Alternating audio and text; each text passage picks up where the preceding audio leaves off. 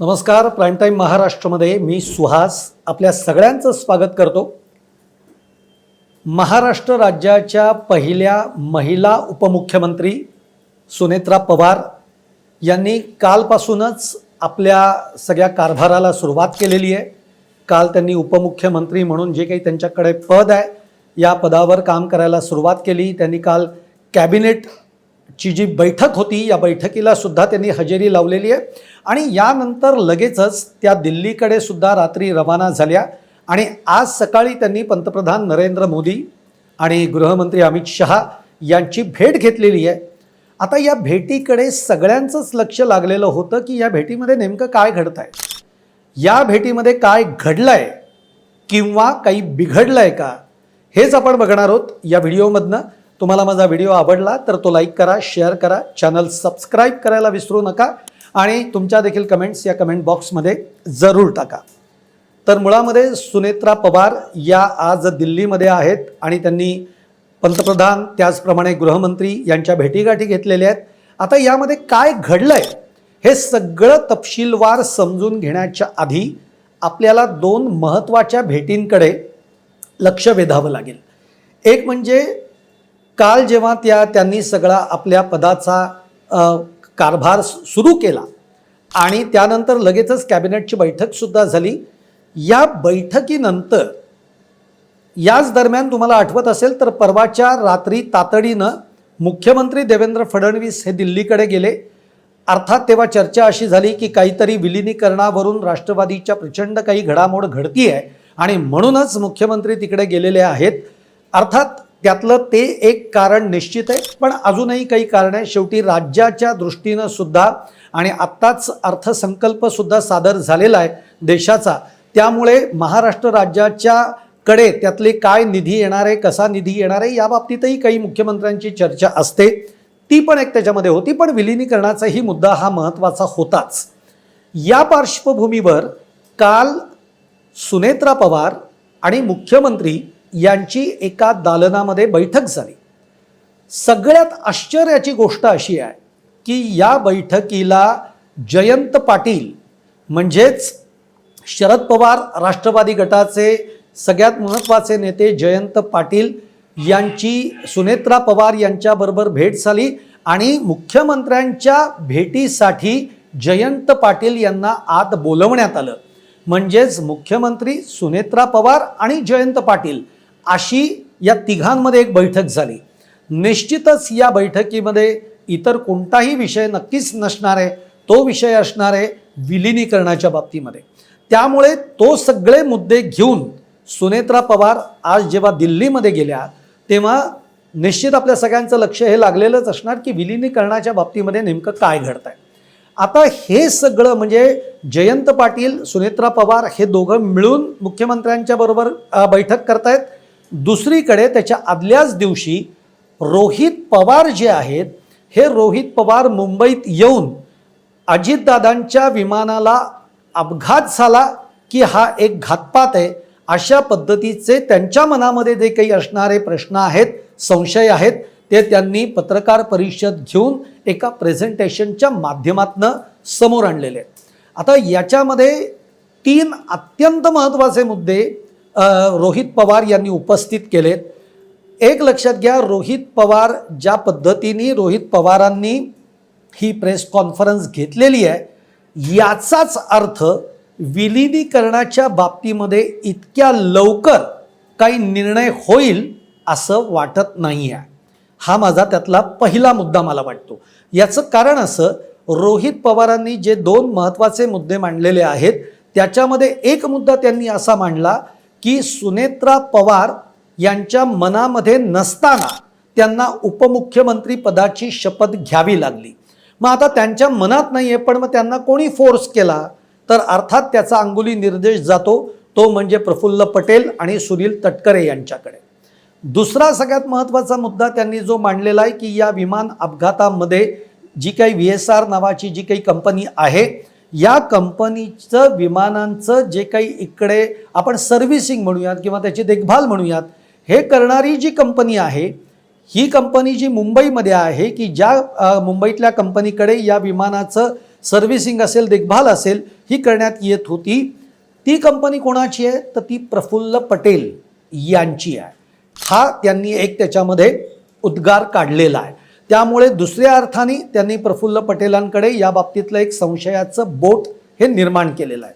आता हे सगळे मुद्दे जेव्हा रोहित पवार एकीकडे उपस्थित करतात, याचा अर्थ ते सरकारवर हा घातपात आहे अशा पद्धतीचा आरोप सरकारच्या दृष्टीनं होतो. आणि म्हणून मी म्हटलं की रोहित पवार यांची जे काही पत्रकार परिषद आहे, यावरून तरी विलिनीकरणाचा मुद्दा काही पुढे जातोय का किंवा तो थांबलाय का, असा एक प्रश्न या पत्रकार परिषदेकडे बघून उपस्थित होतो.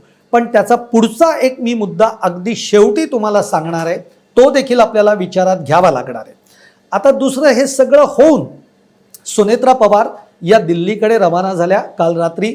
आज सकाळी त्यांनी पंतप्रधान नरेंद्र मोदींची जवळपास 40 मिनिटं भेट घेतलेली आहे. आता या 40 मिनिटं भेटीमध्ये पंतप्रधान नरेंद्र मोदींनी नक्कीच त्यांना हे सांगितलेलं आहे की अजित पवारांच्या विषयी आमच्या मनामध्ये खूप एक चांगली सद्भावना होती. त्याचप्रमाणे भाजप हा पक्ष कायमच राष्ट्रवादीच्या पाठीशी उभा आहे, त्यामुळे त्या बाबतीमध्ये राष्ट्रवादींनी कोणतीही कधीही चिंता करू नये. पण आता विलिनीकरणाच्या बाबतीमध्ये काही बोलणं झालं का, जरी अगदी याचे अधिकृत तपशील हे आपल्यापर्यंत पोचलेले नसले तरी या बाबतीमध्ये काही सूत्रांकडनं जी आपल्याला माहिती मिळते त्यानुसार त्यांच्यामध्ये विलिनीकरणाच्या मुद्द्यावरनं सुद्धा चर्चा झालेली आहे. ही बैठक झाल्यानंतर सुनेत्रा पवार यांनी अमित शहा गृहमंत्री यांची भेट घेतली.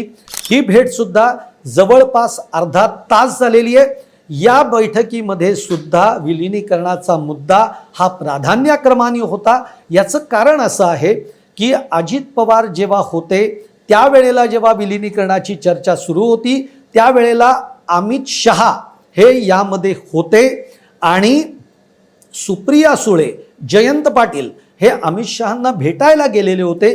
तेव्हा अमित शहांनी त्यांना एक सल्ला दिला होता की विलिनीकरणाचा जो काही तुमचा प्रस्ताव आहे तो व्हाया अजित पवार आमच्याकडे आला तर तो आम्हाला जास्त आवडेल.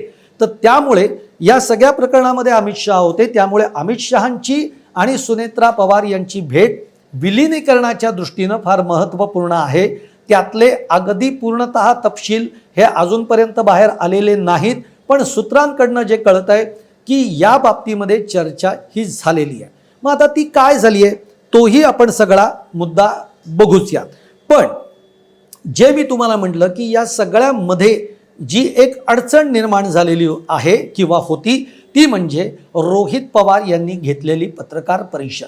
त्यांनी मुंबईत तर घेतलीच, पण आज सुनेत्रा पवार या दिल्लीत असताना त्या पंतप्रधान नरेंद्र मोदी आणि अमित शहा यांच्या भेटीगाठी घेत असताना रोहित पवार यांनी आज दिल्लीमध्ये येऊन सुद्धा दिल्लीतल्या पत्रकारांच्या समोर काही प्रेझेंटेशन सादर करत पत्रकार परिषद घेतली आणि या पत्रकार परिषदेमध्ये सुद्धा त्यांनी घातपाताचा संशय व्यक्त केला. हे मी मुद्दामून का सांगतोय तर पुढे जे काही निष्कर्ष आपण म्हणून बघणार आहोत की काय काय घडलं आणि काय बिघडलंय, तर त्याच्यामध्ये हा फार महत्त्वाचा मुद्दा आहे. अमित शहांची भेट घेऊन सुनेत्रा पवार यांनी उपराष्ट्रपती जे आहेत त्यांची भेट घेतली. ही भेट याच्यासाठी होती की आता सुनेत्रा पवार यांनी राज्यामध्ये उपमुख्यमंत्री पदाची सूत्र हाती घेतलेली आहेत.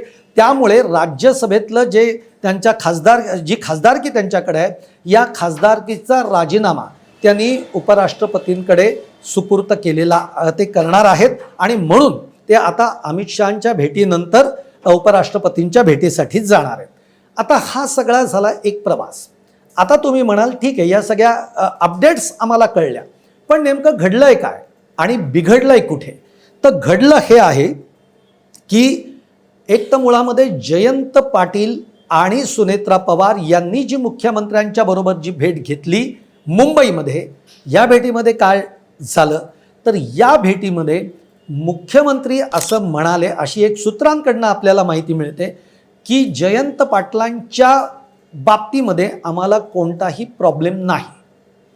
कारण याही पूर्वी आपण बघितलेलं आहे जयंत पाटील हे भाजपमध्ये येणार किंवा जयंत पाटील अजितदादांच्या राष्ट्रवादीमध्ये प्रवेश करणार, त्यांनी प्रवेश केल्यानंतर त्यांना हे मंत्रिपद मिळणार आणि त्यासाठीच देवेंद्र फडणवीसांनी सुद्धा हे मंत्री या मंत्रिपदावर कुणाची वर्णी लागू दिलेली नाही, अशा अनेक चर्चा आपण बघितलेल्या आहेत.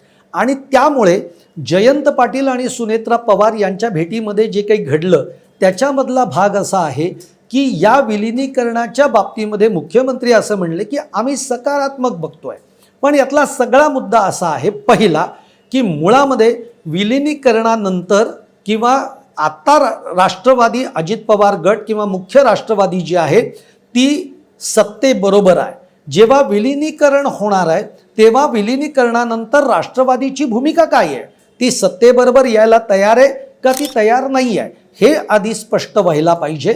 तरच पुढच्या चर्चा आपल्या होऊ शकणार आहेत. आणि त्याचप्रमाणे जयंत पाटील यांच्या बाबतीमध्ये आम्हाला कधीही संदेह नव्हता, अशाही पद्धतीची चर्चा मुख्यमंत्र्यांनी केल्याचं आपल्याला समजतं आहे.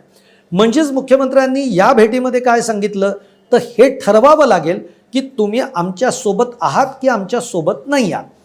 हाच मुद्दा घेऊन सुनेत्रा पवार जेव्हा दिल्लीमध्ये अमित शहांची भेट घेतात तर अमित शहांच्या भेटीमध्ये याच गोष्टींवर विस्तृत चर्चा झाल्याचं जे काही आपल्याला सूत्रांकडनं कळत आहे ते असं की ज्या काही चर्चा अजित पवार असताना विलिनीकरणाच्या बाबतीमध्ये होत होत्या या सगळ्या चर्चा किंवा त्या होत असतानाचा पर्स्पेक्टिव्ह हा सगळा वेगळा होता.